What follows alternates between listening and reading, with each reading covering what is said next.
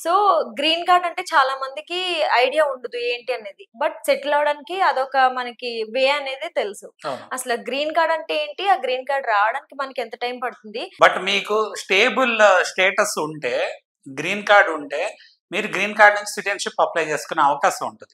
అయితే మన వాళ్ళు ఎక్కువ మంది మైగ్రేట్ అయ్యారు కదా! Over a period of all these years కుప్పలు కుప్పల మంది తండోపతండాలుగా మైగ్రేట్ అయ్యారు జనాలు. హ్మ్. హ్మ్. ఎందుకంటే ఒకళ్ళని చూసి ఒకళ్ళు లైఫ్ స్టైల్ బావుంటదని, లేదా అక్కడ చాలా మంచి ఆపర్చునిటీస్ ఉన్నాయని, లేదా US land of opportunities, stable country, ఇదైతే అబ్రాడ్ ఎళ్ళాలి అంటే యూఎస్‌కెళ్తే బెటర్ అని చెప్పి ఎళ్ళినాళ్ళు ఉన్నారు.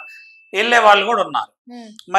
మరి ఎళ్ళే వాళ్ళు స్టేబుల్‌గా ఒక పర్మనెంట్ రెసిడెంట్, లీగల్ రెసిడెంట్ అవ్వాలి అంటే మ్యాండేటరీగా వాళ్ళకి గ్రీన్ కార్డ్ అనేది త్వరగా వచ్చే అవకాశం ఉందా లేదా చూసుకోవాలి ఒకటి. నెక్స్ట్ గ్రీన్ కార్డ్ వస్తే అది పాత్వే టు సిటిజన్‌షిప్ అయ్యే అవకాశం ఉండాలి. హ్మ్. దాన్ని బేస్ చేసుకొని మైగ్రేట్ అవుతారు.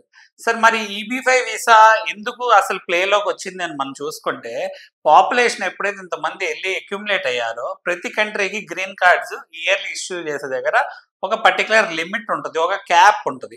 ఆ లిమిట్‌ని మించి ఎక్కువ green cards US government issue చేయలేదు.